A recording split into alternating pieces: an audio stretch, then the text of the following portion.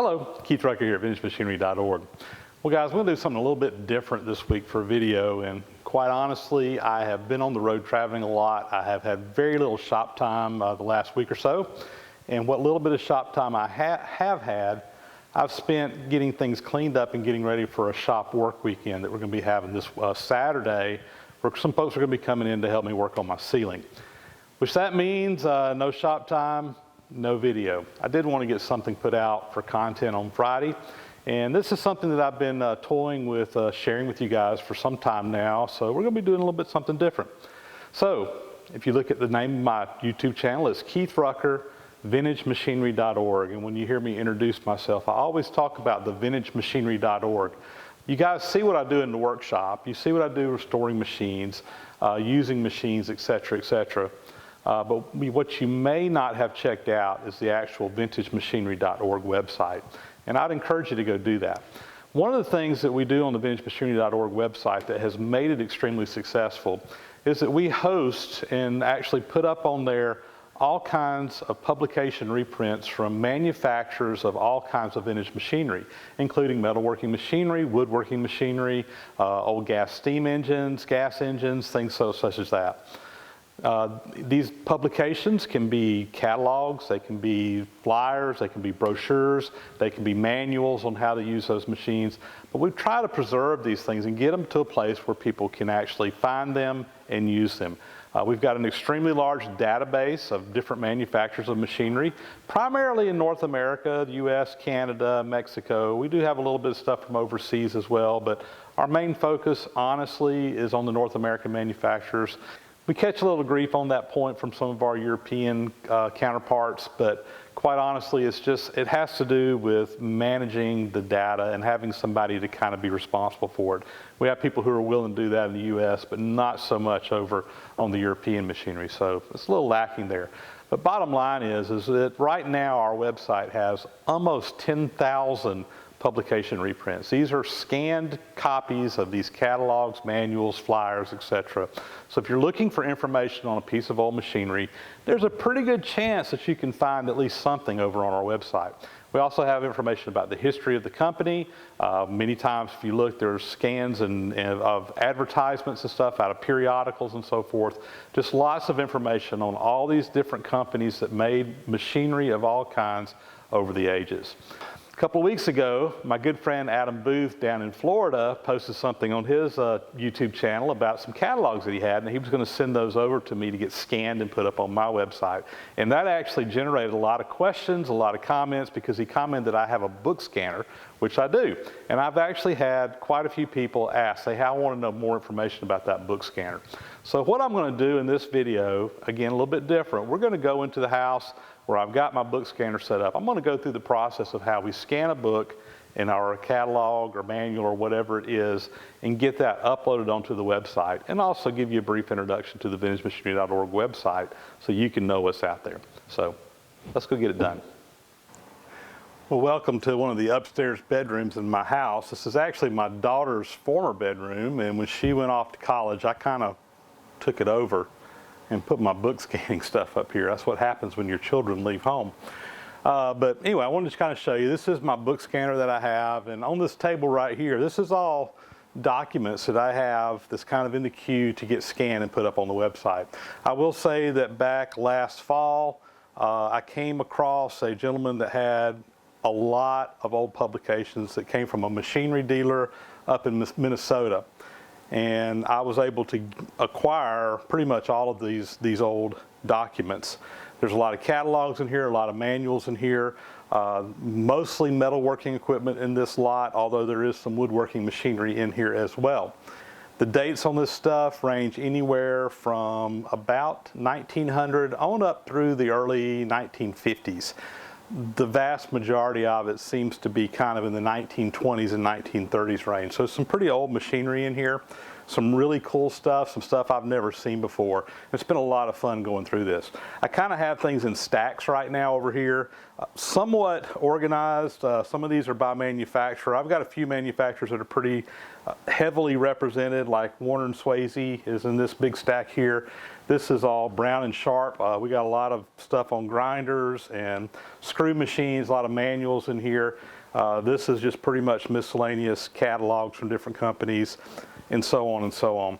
And basically I just come up here and when I start scanning, I'll just kind of at random pick something up unless I'm looking for something in particular and take it over to the book scanner. So let's get over here and take a little bit closer look at the book scanner itself. So here you go. This is kind of a semi-homemade contraption. Actually, it was put together from a kit. There's a website out there called the DIY Book Scanner, the Do-It-Yourself Book Scanner. And there's a group of people that over a period of years kind of came up with some ideas on how you could build your own book scanner at home and save a lot of money. These professional made book scanners, they cost thousands and thousands of dollars. They're really expensive. So this group kind of came up with several different iterations of designs, and eventually one of the people that's involved in that project, they started making a kit that you basically put together yourself. And I invested in one of these for the website to be able to hopefully speed up the process of getting things scanned in. This particular model is made by, I think it's Technic Builders. I'll put a link down below if anybody's interested in looking them up. It's a pretty well built machine, although I will say, you know, it is also homemade. It's not as slick as you would probably find in a professional machine.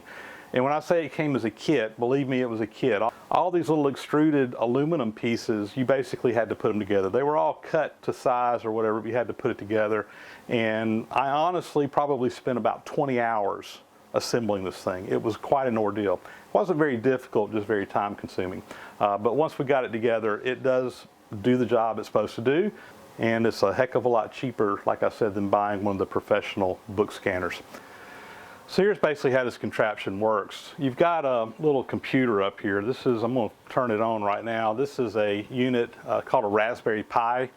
It's basically like a little tablet PC that you can program and use for all kinds of little different purposes. A lot of people will use these for custom OEM equipment or whatever.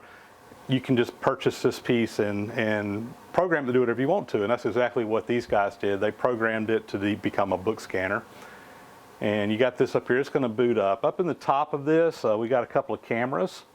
I'm going to go ahead and turn those on. These are just some little Canon point and shoot cameras, and unlike a regular flatbed scanner, this is actually using a good high quality digital camera to capture the pages rather than using a physical scanner to go across it.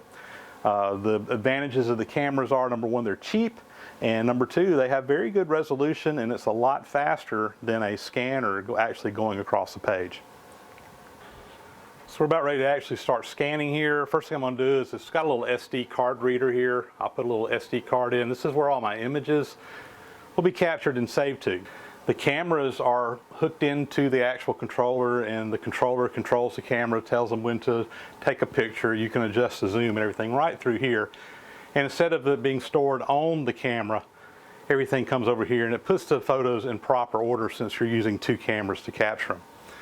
We'll start by just going and say begin scanning. It's going to search for storage. It says I found storage. Now it's searching for cameras.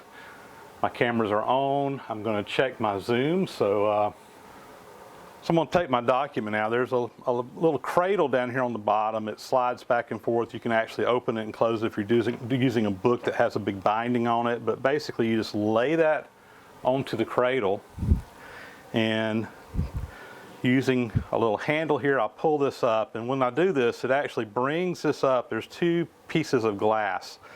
It brings it right up in there. And now this is ready. My cameras are aimed down to this where it can take a picture of those two pages, and that basically becomes a scan that we work with. This is a really nice setup for several reasons. Number one, you can scan books without having to worry about messing the bindings up. A lot of times, particularly on bound books, you can't really do a good job on a flatbed scanner while it's bound. With this, you can actually place a big book in here and just turn the pages and bring it up every time, and you get a nice scan at these angles without damaging the book itself. That's a big thing. A lot of times when you scan these, you have to damage the book to do a good job.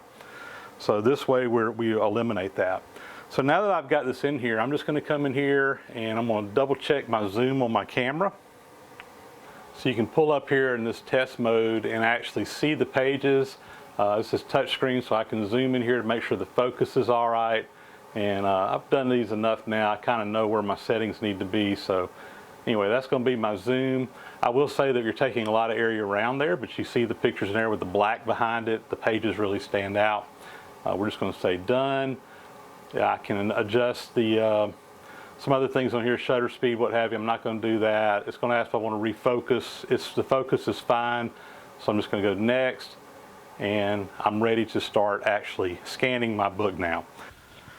So just go to the first page of the book here, and I've actually got a foot pedal on here that I can tap to actually trigger the cameras rather than having to touch the screen every time. Just makes it a little bit easier, but I hit that. You hear the camera shoot. It takes a picture. Now it's not going to show the picture. If you want to look at it, you can, but just to save time, you don't have to. I turn the page, click. I just scanned 2 pages. Turn the page, 2 pages.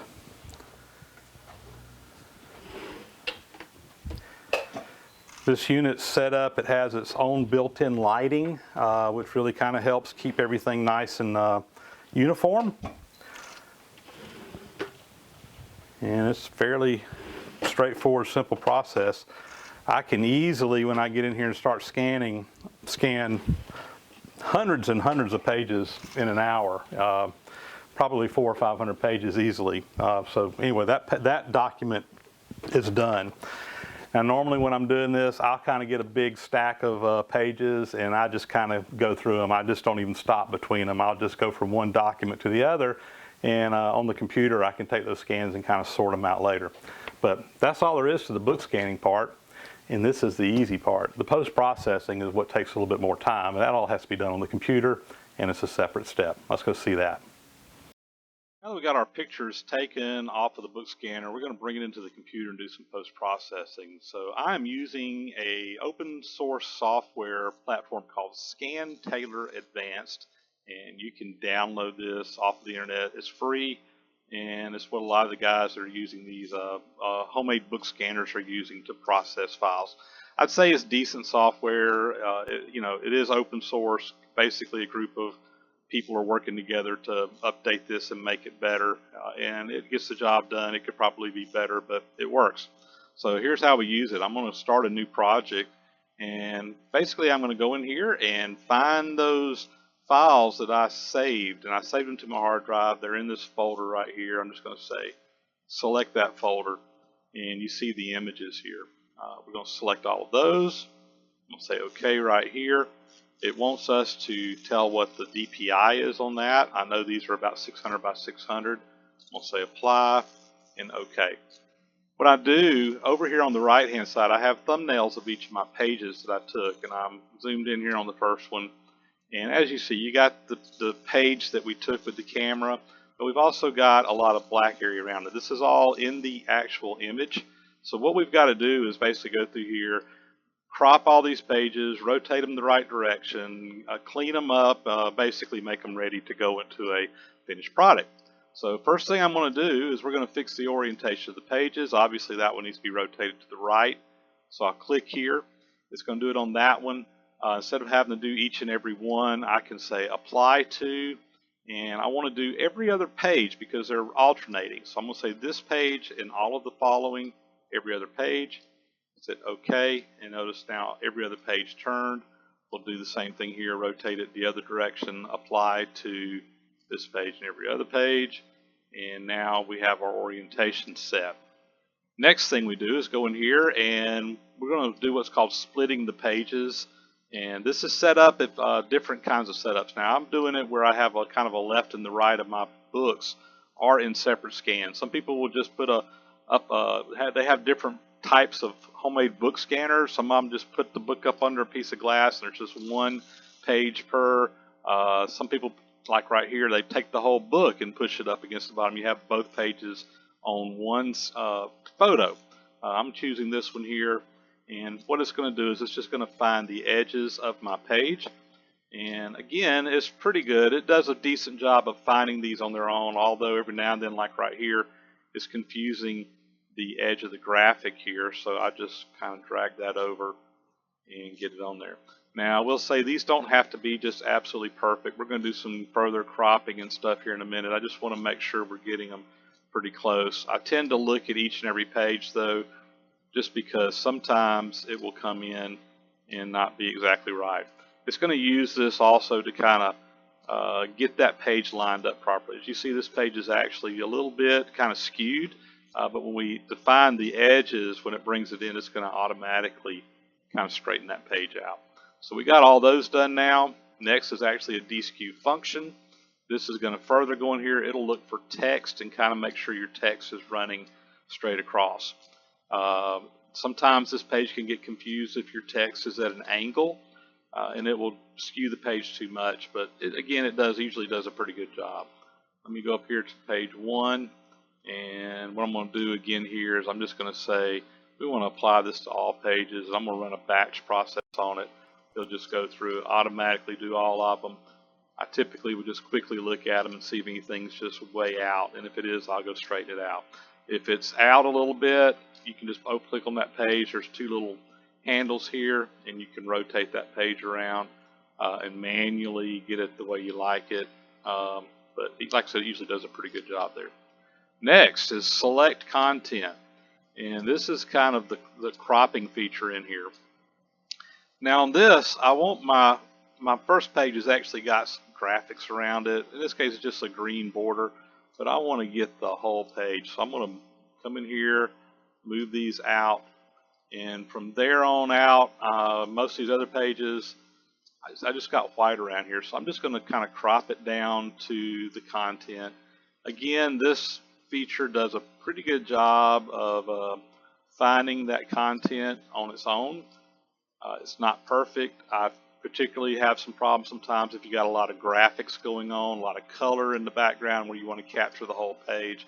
It tends to want to focus in on the text, which is what it's really designed to do. But it still works pretty good. We've gone through the book there. Now here, I got printed in the USA. I'm going to go ahead and grab that in there, so I just move that bottom down. Next step here, we're going to define our margins. And again, let me go back up to my first page. The margins will basically add white space around those borders. So if you go through a book and you're just grabbing text, you want to add margins around that so that you actually have margins like you do on a page.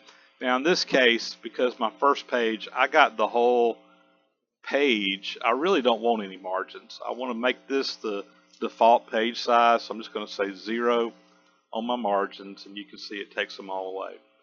And I'm going to say apply that to all my pages. And I also want, okay, well, first off, that is going to become, that's the largest page that I scanned, so that's going to become the default page size of everything else. If I go to the next one here, you see that it's got the margins around here, but because it was cut out of the middle, you know, it's just kind of sitting in there. I want to center this up, so I'm going to click here on the center button.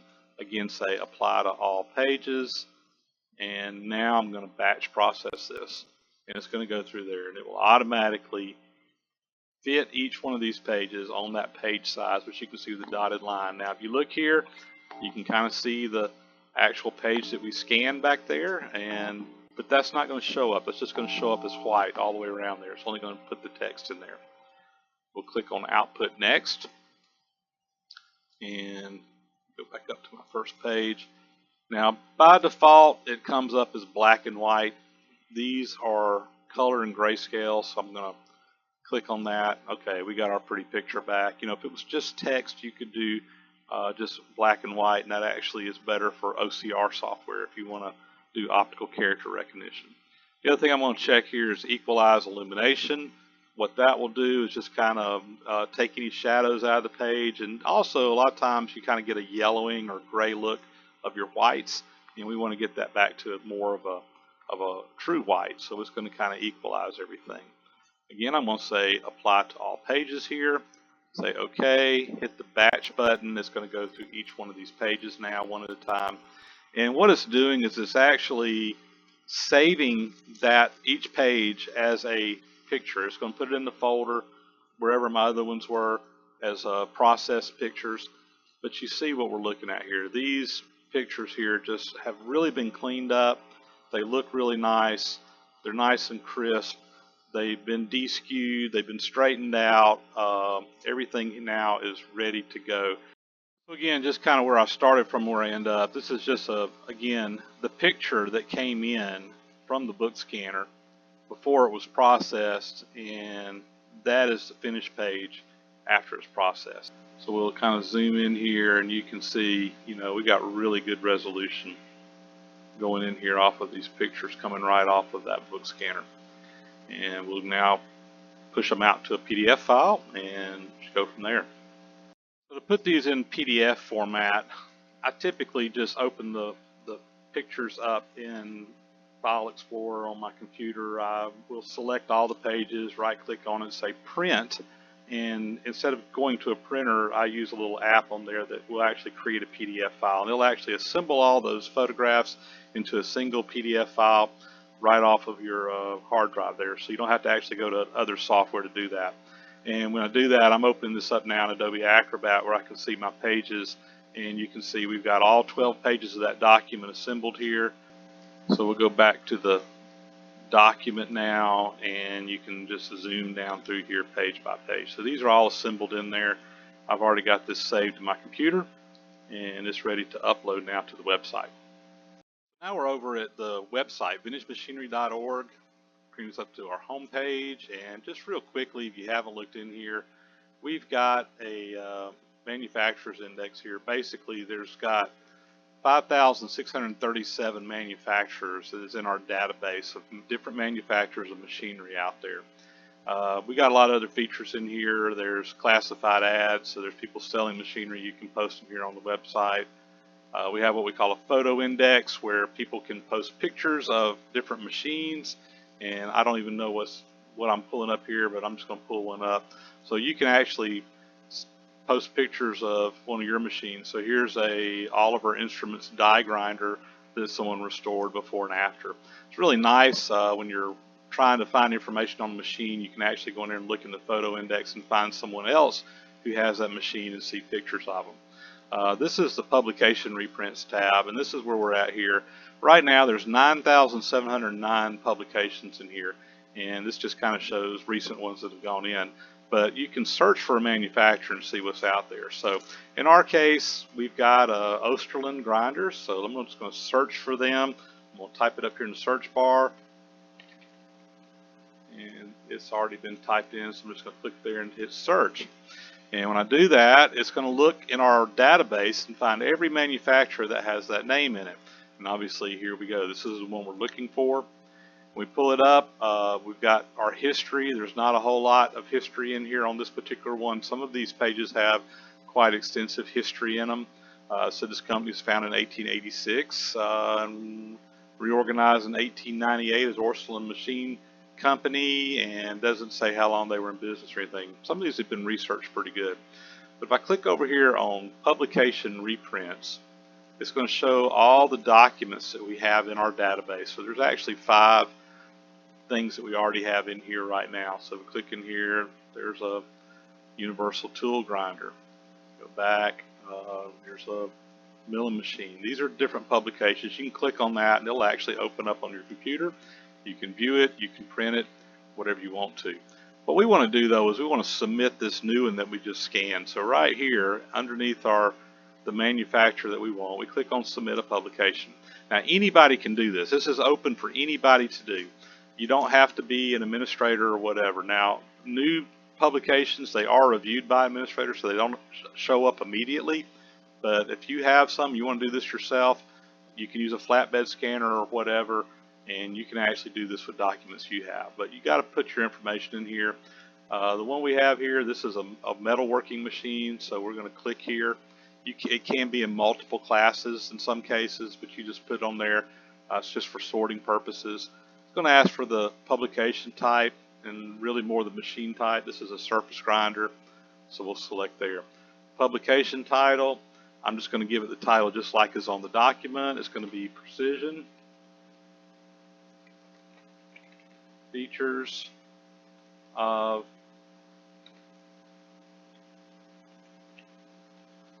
Osterlin grinders. There you go. You can put a description in there you want to. It's optional. I'll ask you how many pages in the document. We have 12. And if you know the date that it was published, you can put it in there. It's typically just the year of publication. Again, it helps for sorting. If you don't know, you just put in unknown. I'm going to select unknown. Select file to upload. Here it is.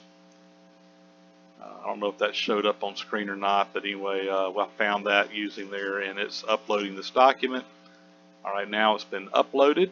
I'm going to say submit, and this will show up just like it's on there. Now, when you do this, it's going to come up saying pending approval. Again, an administrator has to go in here and actually approve that. You're probably seeing some stuff on my screen because I'm an administrator where you approve these, but all these are reviewed. We just make sure people aren't uploading something that's not relevant or there's an issue with it or something like that. We can also look and real quickly just make sure these things are filled out properly and make edits there. But that's basically the process. Since I am an administrator, I'm going to go ahead and approve that when it's now showing up in the database. And if we go back over here to Osterlin, go back to our publication reprints, here we go. Precision features of Osterlin grinders. Click on it. There's our document. We click here and it will actually open that PDF file up. And that's basically how you upload new material to the site. And I would encourage anybody out there that has any old manuals or publications or whatever that you'd like to share with other people, please scan them in and upload them. It doesn't have to go through me to do that. You can do it all on your own. If you have some that you want to get scanned and don't have the means to do it, contact me. There's actually several people that is in our administrative group that you can send these to, and they'll scan them up for you on your behalf. And if you want to get your publication back, they'll mail them back to you. So we're trying to get as many of these in here as possible to get, so when people are looking for information, they can find it. So anyway, that's a pretty much quick rundown of the Vintage Machinery website and how to upload a new publication. Well, there you go, guys. There's a quick introduction to the VintageMachinery.org website, the other half of what I do with my YouTube channel here, and also a quick tutorial on how to upload manuals and so forth that you may have in your collection. I hope some of you guys will dig through your stuff and share it with other people so that when people are looking for information, it'll be easier to find. And with that, we're going to sign off. So thanks, guys, for watching. If you haven't already, please subscribe to the channel. Leave me a thumbs up if you like what you saw. And I'll leave some comments in here. And we'll talk to you next time. Thanks.